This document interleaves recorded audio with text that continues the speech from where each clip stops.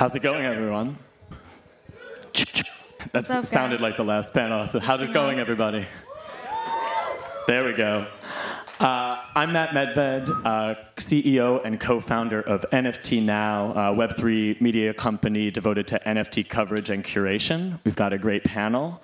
I want to kick things off by letting each of the panelists sort of briefly introduce themselves and talk about the projects they're working on, and then we'll get into some bigger picture questions about the TV and streaming video climate and the intersection with NFTs. So. Hey everybody, my name is Isla Perfito. I'm the co-founder and CEO of Sadr. It is a content engagement platform built over Solana with a cross-chain bridge to Ethereum that rewards content creators, streamers, anybody in TV, film. We have a decentralized app with an NFT marketplace that we're very excited to have built. Great. And my name is David Russek. I'm the CEO and founder of EntreOne.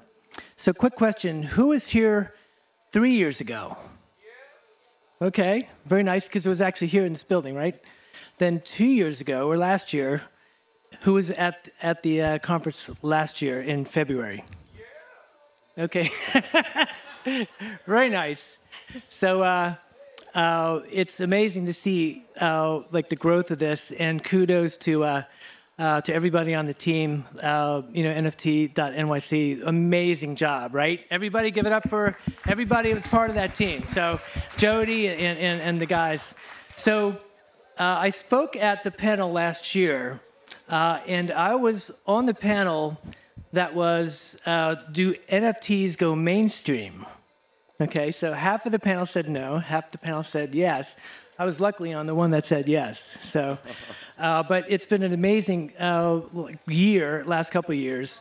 But the other thing that happened last February with EntreOne, which is a data-informed NFT software and media platform, we actually showed the first video NFT.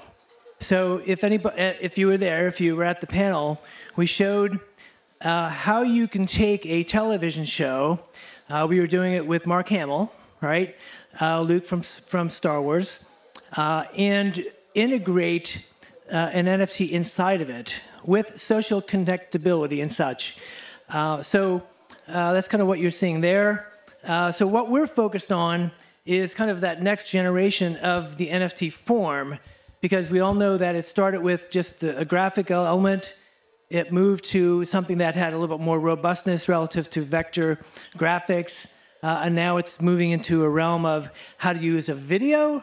But then after that, kind of where we've planted our flag is enabling technology to say that all of that can be inside of something that looks like a TV show that's dynamic, personalized, and implementing projects like these here that are mainstream branded projects, one around the Pittsburgh Steelers and a film around the Pittsburgh Steelers, where we built a whole ecosystem, and one of the first initiatives with Live Nation around the global music artist Yanni. So you guys can go take a look at Entre.NYC, and you can check out what we're doing there in terms of background. So, but really excited to be on the panel, because this, for me, and I think as we've been talking, really one of the areas of what is going to happen next in this whole space, right? So very, very exciting to see where that is, and everybody here in the room is going to be help building it, and hopefully we could play a small role in that. Absolutely, absolutely. So for those in the audience, who maybe don't work in TV and streaming video, let's just quickly chat about sort of the state of the industry as it pertains to NFTs. As mainstream adoption is starting to increase, major players are starting to move into the space or already have. What are you seeing trend-wise, and what excites you? What I've seen from a media perspective is everybody wants to get into NFTs in the space, and they want to monetize their content even more, but they don't necessarily know how. And I come from a software engineering background. Sadr itself is a turnkey solution for the Lionsgate, the HBO, the YouTube streamer, Shay Carl, Colette Butler, if you're here. You are the YouTube streamers that I would love to feature on Saturn.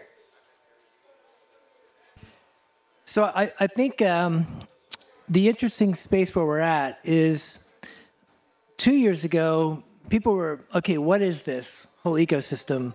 Over the past year, we've got to a point of, a lot of large entities, like the media companies, are saying, okay, yeah, this is not going to be going away anytime soon, right? So we need to figure it out, and see how I could take a 20 million or a 40 million fan base globally and bring this technology to bear and provide value and utility for them. So the interesting space where I think we're at now is that all the traditional entities that have been involved with media, film, TV are clearly looking at this. But the wonderful part about this ecosystem, and this is kind of, I came out of the professional musician, so the wonderful part about this, from an artist standpoint, is that, look, this is an opportunity for the artist to connect directly with its audience, monetize it, own its own rights, and maybe have some partners along the way, but it's totally disintermediating the whole value chain, which is a wonderful thing to see, especially for artists who want to be able to get their content or their film or their movie out, right, in a different way, and monetize it. I think that's a great point. And when we kind of dive into exactly how that can be monetized, I'd love to chat a bit about use cases, because I think whenever this, the idea of NFTs and the intersection with TV and streaming video comes up, a lot of people first think oh, can I own my favorite scene? Can I own an episode? Or can I own memorabilia related to, my favorite shows? But I think there's so much more potential, whether that's a new model for fandom and access for fans to be able to actually play a role in deciding plot points via NFTs. I think there's just endless possibilities. So I'd love to dive into that a bit and what sort of innovation and use cases you're seeing at the heart of the space. Yeah, one of Saturn's first NFT drops was with Sony Music, songwriter Julie Frost, David Ciente. They wrote an original song, produced a video, digital art, but then the catch-all was that the owner of that NFT has utility and choice in a TV show, an upcoming TV show called Hold On for Dear Life, that is a exclusive content partner of Saturn. But the idea was, from this collection, we called it the Blank a Character collection. It was dropped exclusively on Refinable. And the owner would either have the option to romance the character, murder a character, bankrupt a character. So I think as we look into the future for NFTs, it's important to think about utility and gamifying them. And everyone's talking now about the metaverse, right? So what's beyond just owning an NFT that sits in your wallet and you can't use? Why don't we make NFTs that we can use in the metaverse, or at least have utility behind them to actually make a difference in whether that's in a TV show and affecting a plot decision, or using it in VR, in the virtual world. So that's what Saturn's tackling currently. We are launching our social utility token, SAO, S-A-O, on November 7th. And we're also launching the mainnet of our application on the same day. We have several content partners already onboarded. We've onboarded a music festival even. We have several YouTubers on board. And I'm personally very excited about where NFTs can take us, because I don't think we should limit ourselves. I think the opportunities are endless with utility and gamification and VR integration into the metaverse. Yeah, no, absolutely. And to build off of that, the utility is really key, right?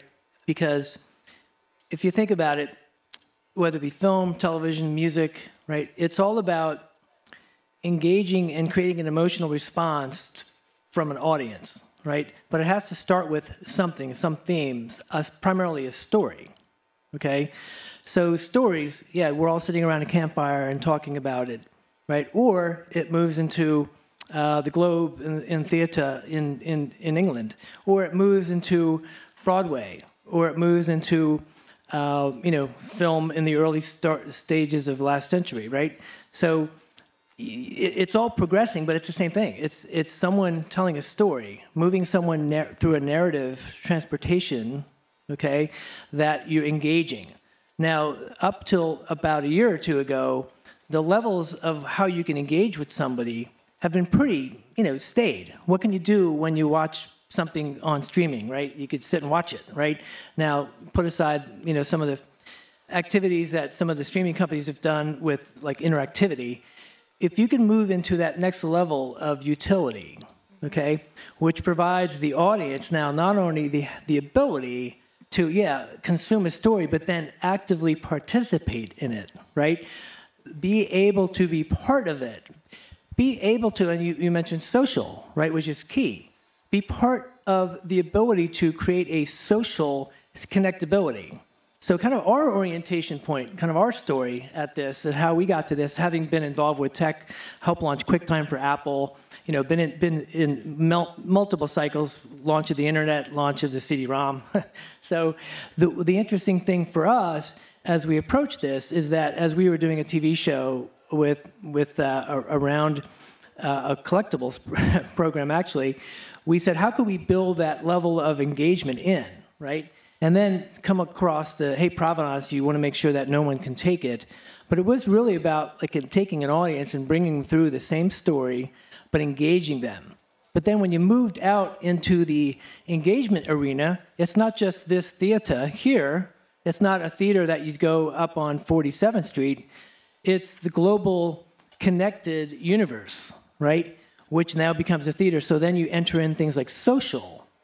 And social then has the ability to do what? Well, build engagement that's personalized for a specific subset of a social group, right? So you move into these, and we've all seen what happened with the social networks and how that happens, right? But all of that is kind of happenstance. It's not guided by any particular specific narrative or story, and that's what's so cool about the space we're in now, is that you can put tent poles out there and build all of this social connectedness, have the adjacency within the metaverse, right, like you guys are doing, which is awesome stuff, and then have it be much more engaging from an audience perspective. So, and where we're going from here is just even, we're creative people, so it's really limitless relative to what can happen next. I love that. I love that. Really great points across the board. One thing that drew me to NFTs and is actually part of the NFT Now mission statement is empowering the creators of culture. And in so many different creative disciplines, we've seen how NFTs can really help democratize access and empower originators and creators within all sorts of different disciplines. And I would love to tackle that in the context of TV and streaming video. How can NFTs empower creators in these fields? Well, even just beyond creators, let's think about audiences for a second. Netflix controls something like 38% of the market, and when you think about audiences, they're the ones they're consuming content. So why aren't they seeing some kind of payout? Why aren't they getting rewarded for that? And the great thing about tokenizing attention is that you're allowed to democratize that value, whether that's through a native utility token like SAO or through NFTs on that platform or any platform for that matter. It just makes sense. And I think if you look at it, creators want to create, right? Creators don't want to be sitting there and in a meeting with lawyers. Sorry. Hopefully there's no lawyers in the audience. Not want to be there in a business meeting kind of thinking through, okay, wow, I'm going to give up all my rights, and then 10 years later I'm going to be in a massively publicized lawsuit about getting my rights back, right?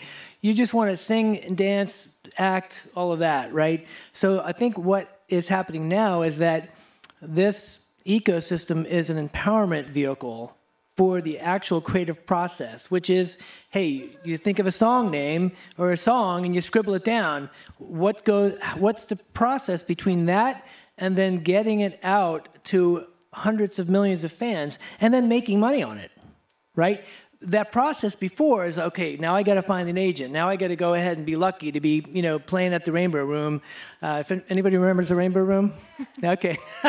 So playing at the Rainbow Room and get discovered, right? So those days are gone, because with a couple pushes of a button, if you could do it properly and you connect with awesome companies that can help facilitate that are not going to, be like the music industry or be like the traditional film and TV industry, right? It's empowering for the artist, because you can spend more time making art, and more importantly, making art and movies and film and TV that you then have a vehicle that you're in a community that are giving you feedback and engaging and picking plot lines or giving direction in terms of how your next piece of content could be informed by all of what has happened previously, whether it be data aggregation or whatever. So it's enabling the creative, entities. Then you expand to social and all the other dimensions of that the artist really wants to do as well. So. Absolutely. I know we touched on this briefly, but I'd love to dig into it a bit more, thinking about the future of TV and streaming video in the metaverse era. What are you seeing in that space? What do you expect to see in that space, and what's exciting? I think something that's super exciting that should be explored is the idea of immersive participation TV, and curating this second screen experience, whether that's in the metaverse or not. Personally, I think once you've joined a metaverse, when you hear about it and you don't really know what it is, you're like, what the hell is this? What is a metaverse? But then once you're actually in it, it's pretty cool. Satter actually owns a metaverse. It's a Miami penthouse. It's real estate that was an NFT that we purchased, and it's ours. We own it in the AltSpace VR metaverse. Our creative director, Ivan, who's in the audience, designed it beautifully. We host parties there all the time. And the goal, bringing this all back to content creation, TV, film, we're going to incorporate that engagement experience and that second screen experience in the metaverse. So it's just, because personally, I don't want my grandkids using Instagram. I want them in a metaverse with other fans and just like a freer, less like competitive, fake social environment. And that's the cool thing about the metaverse. And that's what makes it not a buzzword. So it's interesting that we're using the term TV, right? Television, which is like I Love Lucy, finally learning production techniques of a 2-camera, 3-camera shoot, right? So, but isn't what we're dealing with now mostly consuming streaming video and done professionally versus YouTubers? And is YouTube then moved into a social dimensionality with the ability to immerse content in there? And is that all of that still called television? Is it called film? Because how much film are we actually using, right? Is there any film on the cutting room floor anymore? So, if you kind of reorientate that to storytelling, right? And say, okay, we're telling stories. I could be telling stories through beats, right? I could be telling stories through spoken word, as we all heard a couple of sessions ago, right? It's all about stories. It's all us telling our stories. Hopefully that's valuable for you guys to help kind of, hey, see what's happening in this space. But it's a story, right? Beginning, middle, and end, characters, all the like. But then how is that being told, right? We're up here very didactic. If we were in the metaverse, truly, we'd be then interacting and engaging, right? So I think that's the difference, and that's the potential for the progression of the art form that we're talking about. Yeah, I love that. I think that's a really great point. Look, innovation is happening on a daily pace. I always say in the NFT space, weeks are months and months are years. Things happen very fast, and things change really quickly. As like a new generation of young professionals look to enter what we have called the TV space, or now the streaming video space, or whatever that storytelling medium will be, what are some pieces of advice you might have for them based on your knowledge of where things are at and where they're going within a Web3 context? Within a Web3 context, I would just say think outside the box. If you look at like the Bored Apes collection, there's all these collections that are quite static, and I think we need to think about the next step and gamifying NFTs and really creating utility behind them. So if you're a network coming in, I would first of all think about, okay, what's the problem that you're looking to solve? Do you want to monetize your content? Do you want to retain subscribership? Do you just want to have more of a fan base? Because the great thing about streaming is that it's extremely accessible, but the difficult thing is that there's just so much content out there. And so from an audience perspective, it's difficult to choose sometimes what you want to watch, what you want to engage in, and differentiating yourself through NFTs and taking them to the next level beyond just art, gamifying them, being able to use them in a game, incorporating them into the metaverse.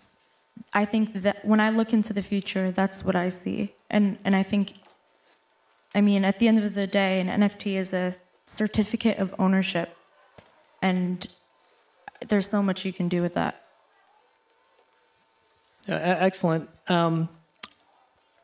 What I would suggest is that it's got to start with passion, right? If you're telling a story, there's a reason for you telling the story, right? There's going to be multiple forms you could do that, but the benefit that exists now versus 20 or 30 years of, whatever. I was doing interactive TV projects at Comcast way back in 96, right? Launched quick virtual reality in 92 with, like JPL and those guys.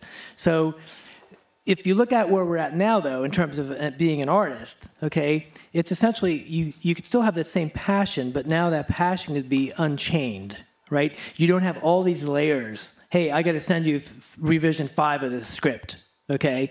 Even though I have 50 people telling me that this is how it should go, right?